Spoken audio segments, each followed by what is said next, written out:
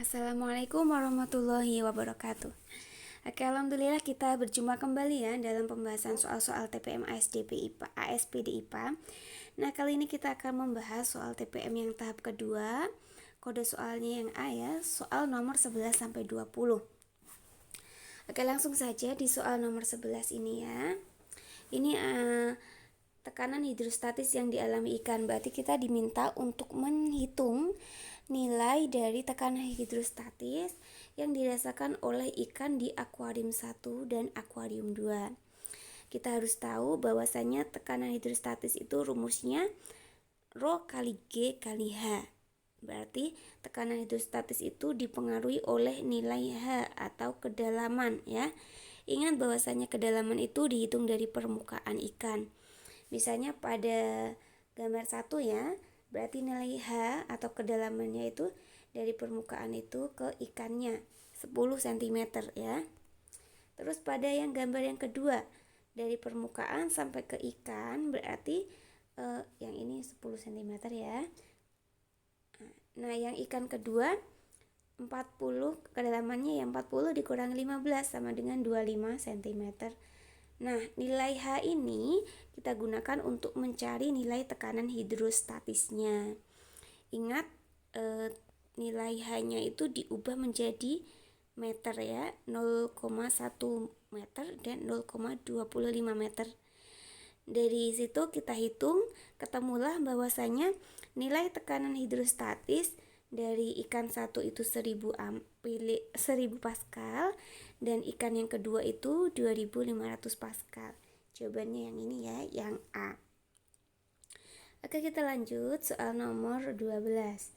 Nah, soal nomor 12 ini ada materi tentang gelombang ya. Jadi ada 3 orang siswa yang melakukan percobaan membuat gelombang berdasarkan selingki. Ada gambar yang satu, gambarnya seperti ini. Nah, pada ketika percobaan gambar 1 itu ya, selingki digerakkan bolak-balik 1 kali dalam 1 sekon. 1 kali ini N-nya, 1 sekon ini T-nya. Oke. Fakta-fakta ini kita buat kesimpulannya ya. Oke, berarti dari fakta-fakta itu kita tahu ya, nilai periodenya 1, frekuensinya juga 1. Kemudian dilihat dari gambarnya, ini kan gelombangnya besar-besar ya.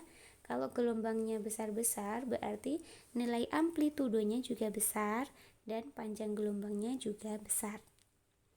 Oke, sekarang kita lihat di gambar yang kedua. Oke. Nah, gambar yang kedua ini, gambar yang kedua ya.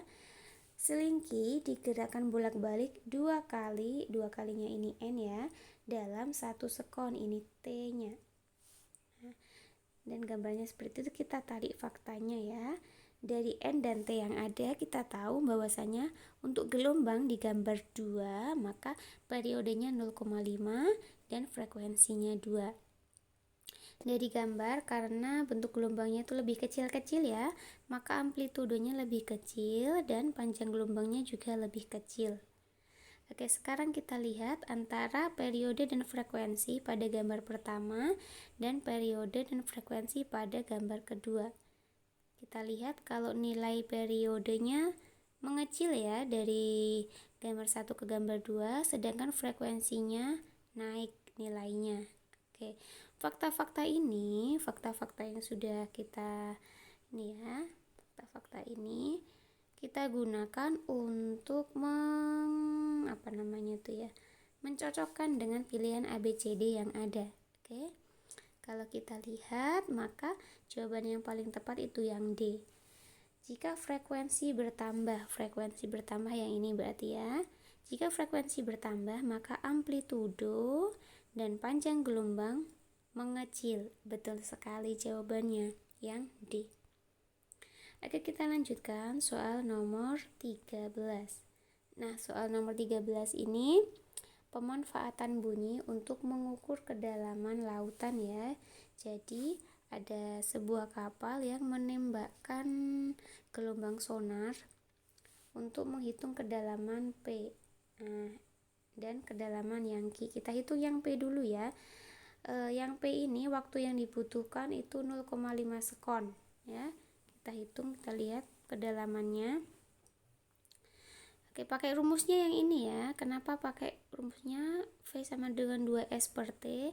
Karena gelombangnya kan ditembakkan ke bawah dulu, kemudian memantul, baru ditangkap oleh detektor sonar kapal ya. Jadi ada S ke bawah dan ada S untuk naik ke atas. Berarti ada 2S yang terlibat, makanya pakai rumusnya yang ini. V sama dengan 2S per T. Nah, yang dicari itu S, maka S sama dengan V kali T dibagi 2 ya. Kita masukkan angkanya, ketemu 350. Kemudian kita cari yang untuk kedalaman Q. Nah, kedalaman Q itu lama waktunya tuh 1,5 ya. Kita masukkan ke rumus, ketemu hasilnya 1050 meter. Nah, karena yang diminta itu selisih, maka kita kurangi 1050 dan dikurangi 350, hasilnya 700 meter. Jadi selisih jarak antara Q dengan P itu 700 meter. Seperti itu ya. Oke, kita lanjut di soal nomor 15. Soal nomor 15 ini bisa jadi membuat kalian bingung, padahal sebenarnya nggak sesusah itu. Kenapa kelihatan bingung? Karena ada narasinya ini panjang banget, terus ada gambarnya juga tuh kayaknya rumit banget, ada garis-garisnya. Nah, pilihan gandanya pun dalam bentuk tabel. Tapi nggak usah khawatir, jangan terkecoh karena nggak sesusah itu ya. Oke, langsung kita bahas ya.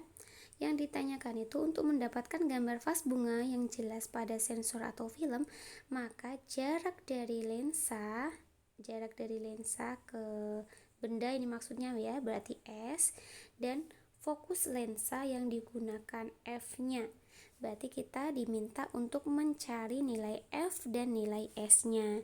Untuk mencari nilai F, kita pakai rumus ini ya. Nah, tapi kita pakainya yang rumus 2R. Bentar, oke. Kita pakai rumusnya yang ini. Nah, kita masukkan S-nya yang ini. S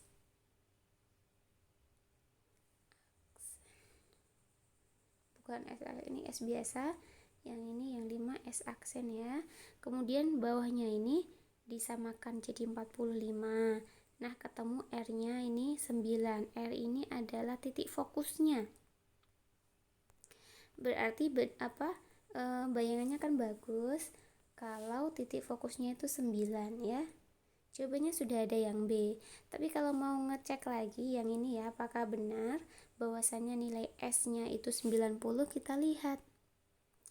Oke, untuk mencari S-nya atau jarak dari lensa ke bendanya, kita pakai rumus pembesaran ya. M sama dengan H aksen per H sama dengan S aksen per S. Kita masukkan angkanya. H itu ketinggian benda dan S itu adalah jarak lensa dengan bendanya. Setelah ketemu, nilainya ternyata benar 90. Jadi jawabannya tetap yang B ya. Oke, kita lanjutkan di soal nomor 15. Soal nomor 15 ini juga tidak susah, tetapi yang penting kita harus teliti dan tahu konsepnya. Lagi-lagi tahu konsepnya ya. Oke, kita lihat. Ini ada sebuah benda yang bermuatan, gaya kolomnya 64. Ketika jaraknya R gitu kan. Nah, pertanyaannya itu jika jaraknya itu dijauhkan 2 kali semula, berarti ada 2R ya, 2R kan, maka gaya tolak antara keduanya. Oke, ingat ya bahwasanya kalau bendanya dijauhkan berarti nilai gayanya mesti lebih kecil daripada gaya yang semula. Berarti karena gaya awalnya 64, nggak mungkin C dan D. Oke, tinggal pilihan A dan B ya. Sekarang kita lihat. Dijauhkan 2 kali semula, berarti R-nya 2, 2R. Ingat ya, rumusnya kan ada ini ya, R kuadrat. Karena 2R berarti 2 kuadrat sama dengan 4. Nah, angka 4 ini kita gunakan untuk menghitung gayanya. Ini kan rumusnya per R kuadrat ya.